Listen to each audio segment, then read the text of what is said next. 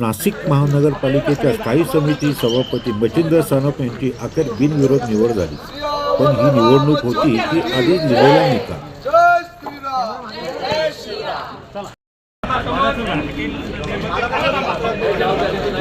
जैसे मी आतमध्ये गेलो तिथे बसलो, पीठासीन अधिकारी म्हणून पद ग्रहण केलं.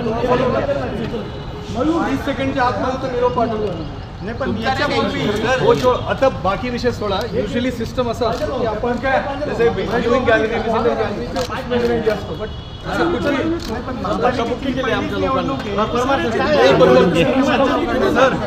सर प्रशासन अधिकारी जो सुरक्षा रक्षक है वो और डिपार्टमेंट ने हमको ऊपर जाने से रोका गया. या गोष्टीबद्दल मी माझ्या वतीने दिलगिरी व्यक्त करतो.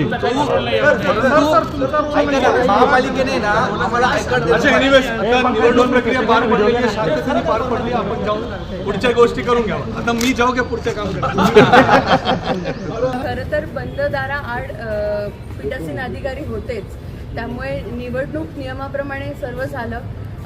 ही शोकांतिका आहे की आपला डेमोक्रेसीमधला आपला लोकशाहीतला चौथा स्तंभ आज काही कारणास्तव तिथे काही मिसअंडरस्टँडिंग झाल्यामुळे तुम्ही सर्वजण तिथे नव्हतात. पण तरीसुद्धा निवडणूक प्रक्रिया जशी व्हायची आहे तशी झाली आणि त्यामध्ये आमचे स्थायी समितीचे उमेदवार मच्छिंद्र भाऊ सानप हे निवडून आलेले आहेत. पण ते बिनविरोध निवडून आले, कारण समोर असलेले त्यांना ज्यांनी आव्हान दिलं होतं मुकेशजी शहाणे यांनी त्यांची जेव्हा माघारीचा वेळ देण्यात दिला त्याला तेव्हा त्यांनी माघार घेतली आहे. त्यामुळे राष्ट्रवादीने दावा केलेला होता, त्यांची समजूत कशी घालण्यात आलेली आहे, पुढे 5 वर्ष त्यांना सामावून घेतलं जाणार आहे. राष्ट्रवादीने हा दावा केला होता की महायुतीमध्ये त्यांनी खरं तर सुरुवातीला जेव्हा महापौर निवडणूक बिनविरोध झाली त्याच वेळेस त्यांनी बिनशर्त असा पाठिंबा दिलेला होता. बिनशर्तचा अर्थ असा असतो की पुढे जाऊन ते कोणतेही आव्हान महायुतीमध्ये किंवा युतीमध्ये क्रिएट करणार नाही. पण असं या ठिकाणी झालं नाही. त्यांनी तरी देखील आवाहन केलं की त्यांना कुठेतरी अशी आशा वाटत होती की जर उपमहापौरपद शिवसेनेला गेलं आहे तर राष्ट्रवादीला देखील ह्या सत्तेमध्ये सामावून घेण्यात यावं. पण खरं तर स्थायी समिती जर म्हटलं तर तौलानिक बलावत ठरते आणि ती भाजपकडे जास्त होतीच आधीपासून. आणि म्हणून आणि नंतर जेव्हा युती झाली ती 13 आणि 3 असं होतं. त्यामुळे मला असं वाटतं की तिथे स्पष्ट बहुमत असल्या कारणाने मच्छिंद्रभाऊ सानप हे सभापती होणार हे आधीच ठरलेलं होतं. मी आपली दिलगिरी व्यक्त करतो. पण महापालिका प्रशासनाची ही जी चूक आहे ही या पुढच्या काळात होणार नाही. किंवा ज्या सुरक्षा रक्षकांनी पत्रकारांना धक्काबुक्की केली, दमदाटी केली, त्यांच्यावर काही कारवाई करणार का आपण? सूचना देऊन त्यांना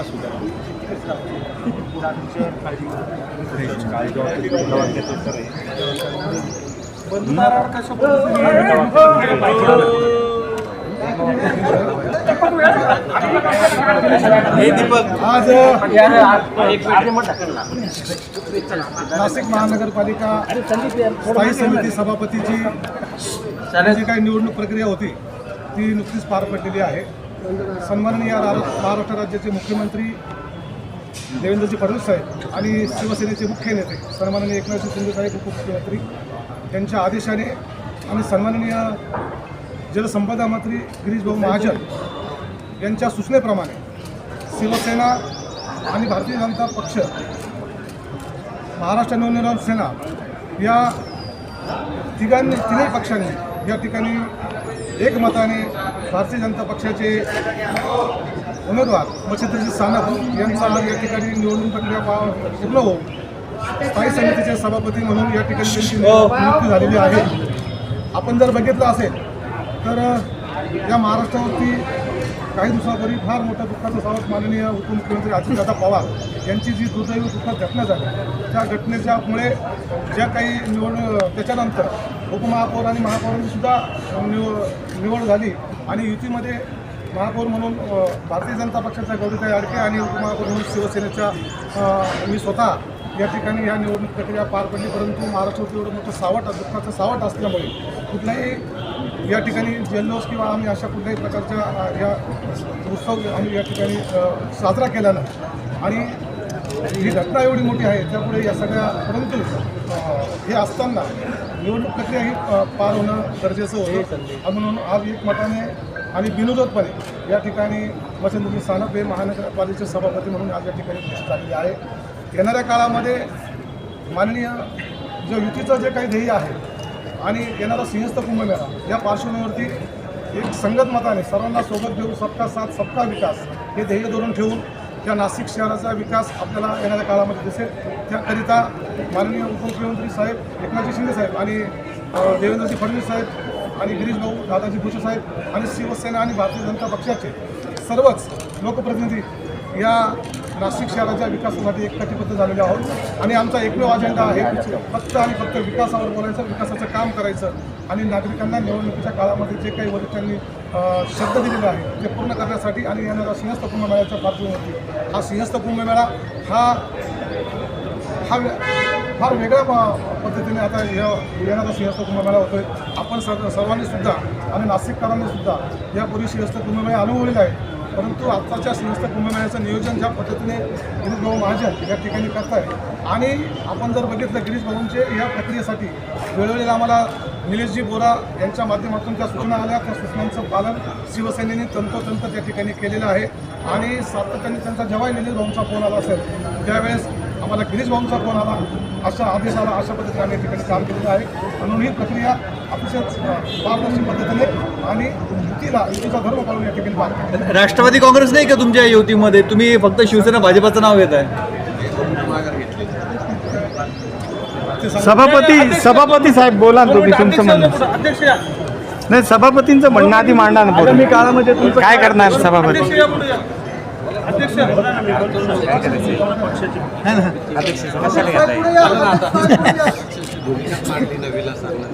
कुठल्या? मुकेश शहाणे यांनी माघार घेतली.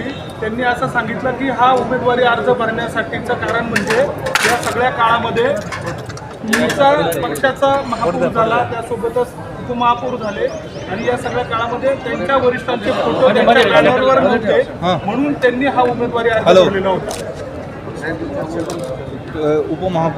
उपमहापौर विलास शिंदे.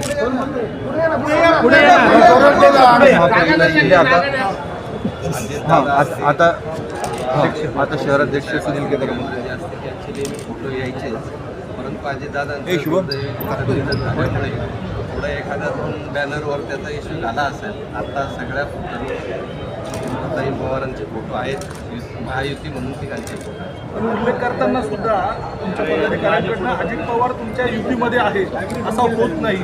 आता देखील बोलताना ज्या ज्या उल्लेख करण्यात आला त्यामध्ये अजित पवारांचा उल्लेख नाही आहे. तुमच्या ती युतीत नाशिक महानगरपालिकेची जी युती झाली त्याच्यात तुम्ही मनसेला सोबत घेतलं, मात्र अजित पवारांच्या राष्ट्रवादीला सोबत घेतलेलं नाही आहे का? मनसे हे शिवसेनेशी संलग्न त्यांनी केलेलं आहे. शिवसेना आम्ही एकत्र आहे, त्यांनी आम्ही एकत्र असल्यामुळे महापौर जर आम्ही एकत्रित झाले तर बाकीचे विषय एकत्रितच होणार नाही. पण राष्ट्रवादी काँग्रेसने सगळ्यात पहिले तुम्हाला पाठिंबा दिला होता, त्यावेळेस शिवसेनेने दिलेला नव्हता. शिवसेनेने नंतर उडी घेऊन उपमहापौर पद घेतलं आणि ज्यांनी तुम्हाला सगळ्यात पहिले पाठिंबा दिला त्यांचं नावच तुम्ही घेत नाही. राष्ट्रवादी काँग्रेसने निवडणुका झाल्यावर लगेच बिनशर्त पाठिंबा दिला. हो, तो विषय काही येत हो. मग ज्यांनी बिनशर्त पाठिंबा दिला अशी शर्त होत नव्हती का की त्यांचं नाव घ्यायचं की नाही? नाही. घेतोय ना, तिघांची नावं घेतलीच जातात, नावं नाही घेता असं काही होत नाही. पण मग आता त्यांनी माघार घेतली, आता पुढे राष्ट्रवादीला काही चान्स मिळणार आहे का स्थायी समितीवर? प्रदेश नेते काय विषय ठरवतील तो विषय प्रदेशाचा. तुमच्या नाशिकच्या युतीची नेमकी व्याख्या काय आहे? कोण कोण तुमच्या पक्षामध्ये आहे जरा सविस्तरपणे सांगा. खरं म्हणजे आम्ही स्वतंत्र निवडणुका लढलेलो, केंद्रात आणि राज्यात आम्ही एकत्र आहे. त्याच्यामुळं इथं एकत्र आलं तर आनंदच व्हायला पाहिजे, पत्रकारांसहित सर्वांना आनंद व्हायला पाहिजे. नाही, आमच्या आनंदाचा प्रश्न नाही आहे. एकत्र आलो, आनंद तुमच्या व्याख्यात आम्ही आनंदी आहे ना, आम्ही दिसतोय ना जी व्यक्त केली होती ना, सुरुवातीलाच अपेक्षा व्यक्त केली होती विलासांना. व्याख्या नाही सांगितली तुम्ही तुमच्या युतीची व्याख्या. युतीची व्याख्या निवडणूक लढल्यानंतर एकत्र आलोय म्हणजे एकत्रच राहणार. विकासाच्या मुद्द्यावर सर्व एकत्र आहे. मनसेला पण सोबत घेतलं. ऑफिस काढताना कोणाचा विरोध नको विकासाला.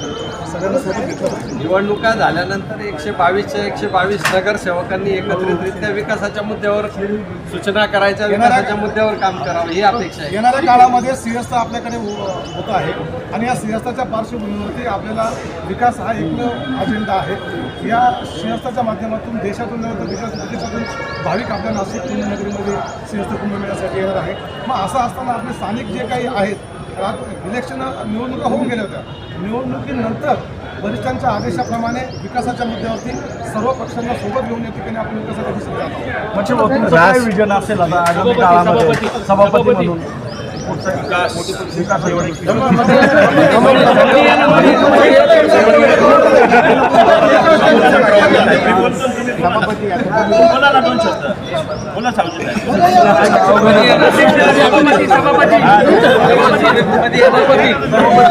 मच्छिंद्र भाऊ बोला.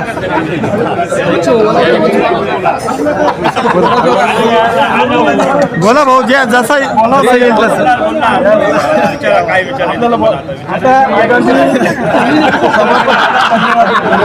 सभापती पद मिळाल्यानंतर नाशिकच्या विकासाच्या दृष्टीने तुमचे काय विजन असतील? काय तुमच्या मनामध्ये आहे? कुंभमेळा हा प्रभाग 3 मध्येच आहे आणि माझं बालपण त्या क्षेत्रात गेलेलं आहे, पंचवटी. आणि नाशिक शहर आणि पंचवटी प्रभू रामचंद्राच्या पदस्पर्शाने पावन झालेली भूमी आहे आणि मी हा 4था कुंभमेळा आहे मी पाहतोय. माझे वडील माजी आमदार माझे गुरुवर्य बाळासाहेबजी सानप 2014-15ला ते आमदार होते. त्यांनी असेल आणि आमचे देवेंद्रजी फडणवीस असतील आणि आमचे कुंभमेळा मंत्री गिरीश भाऊ महाजन असतील, त्यांनी मागच्या वेळेस एक चांगले यशस्वीरित्या कुंभमेळा पार पाडला. ओके. तीच भूमिका यावेळेस असते. आपल्या सर्वांची दिलगिरी व्यक्त करतो आणि सर्वांना सोबत घेऊन चांगलं काम या शहरात करू एवढं सांगतो. सभापती म्हणून ते विराजमान झालेले आहे. आता ही विकासाची धोरणं आपण सुरू झालेली आहे. वेळोवेळी आपल्या सगळ्यांना सोबत घेऊन आपल्या सुद्धा सूचना घेऊन आपण विकासाच्या मुद्द्यावर बोलत पहिल्याच वेळेला बाहेर ठेवला आता. पहिल्याच वेळेला बाहेर ठेवलं आम्हाला. पण निवडणूक प्रक्रिया ही पारदर्शकपणे पार पाडायची असते. पत्रकारांना धक्काबुक्की